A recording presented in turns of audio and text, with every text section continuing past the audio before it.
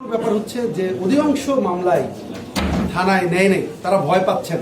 তারা বলছেন যে ভাই এই বিষয়টা আমি দেখতে পারবো না, উপর থেকে উপরে এসপি সাহেবের কাছে যান, ডিজি সাহেবের কাছে যান, বা কমিশনার মহোদয়ের কাছে যান, ডিএজি মহোদয়ের কাছে যান, বা কোর্টে যাই আমরা ইয়ে করেন। যেমন কয়েকদিন আগে কাপাসিয়াতে আমাদের ওই জায়গায় গিয়ে পুনবি কি নাম যেন, পুরো নাম,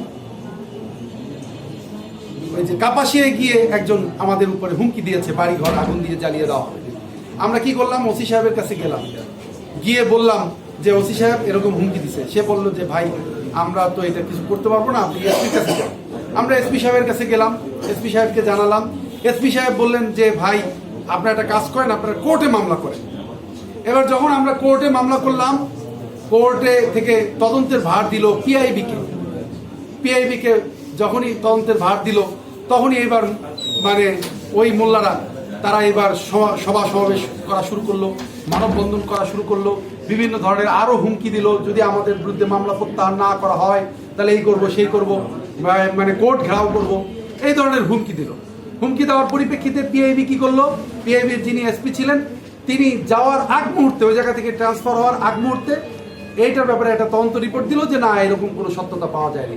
অথচ একবারে ভিডিও চিত্র আছে, রেকর্ড আছে, সাক্ষী আছে, সমস্ত কিছু আছে, পাওয়া যায় না। এই মর্মে একটা রিপোর্ট দিয়ে তারা চলে গেল। আমরা কোর্টে গেলাম, কোর্টে আমরা নারাজি দিলাম। কোর্ট তারা বললো যে না, এই ধরনের এই মামলায় এটা আমলে নেওয়া যাবে না, নিলে অসুবিধা হতে পারে। তারা আমরা মানে পার্সোনালি আমরা শুনলাম অফ দ্য রেকর্ড, তারা আমাদেরকে বললেন যে ভাই এরা থানা আমাদের কোর্ট ঘেরাও করবে, তখন ঝামেলা হবে, আমরা এই মামলা আর সামনে নিতে পারবো না। তারা মামলা আর কিন্তু গ্রহণ করলো না।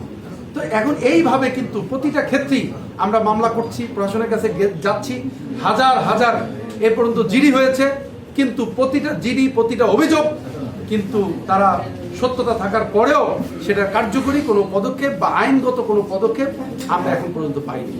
আচ্ছা, তারা আপনাদেরকে জঙ্গিবাদের কথা বলছে, যে তাদের কর্মকাণ্ড কি আপনারা মনে করছেন এগুলোই আসলে জঙ্গিবাদী কর্মকাণ্ড, তাদের কর্মকাণ্ডগুলো?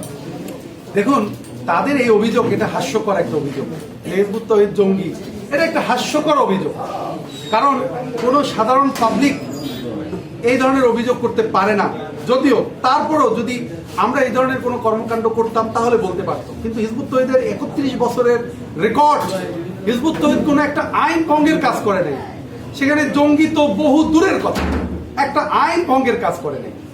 তো এখন এই যে হিজবুত তৌহিদ কোনো আইন ভঙ্গের কাজ করে নাই, তার বিরুদ্ধে বলে দিল যে তারা জঙ্গি, অথচ তাদের বিরুদ্ধে শত শত মামলা আছে। তারা যারা বলছে তারা অ্যারেস্ট হয়েছে, জঙ্গিবাদের মামলায় তারা অ্যারেস্ট হয়েছে, তারা জেল খেটেছে, তারাই বের হয়ে আমাদেরকে বলতেছে হিজবুত তৌহিদ জঙ্গি।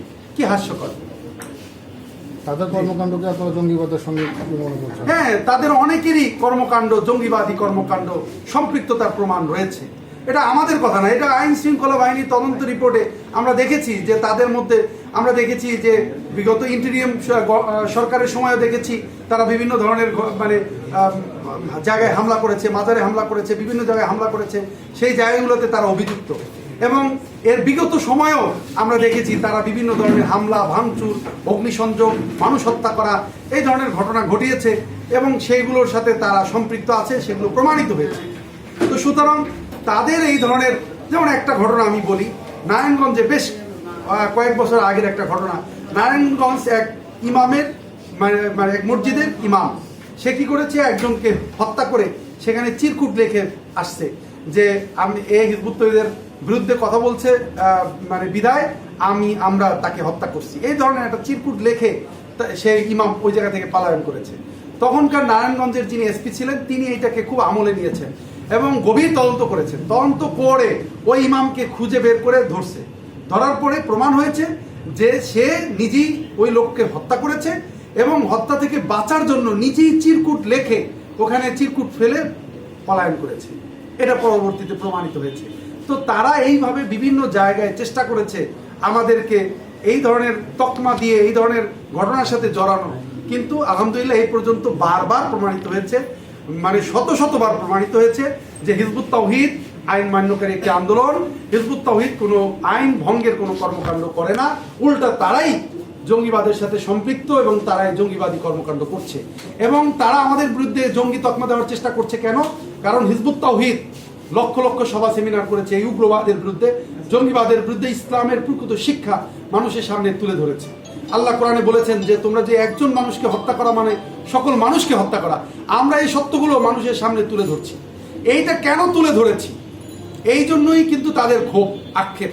এই জন্য তারা চেষ্টা করছে আমাদেরকে জঙ্গি তকমা দিয়ে আমাদের উপরেই তারা হামলা করার এবং আমাদের উপরে প্রেশার, সাধারণ মানুষকে উত্তেজিত করে তোলার। ধন্যবাদ।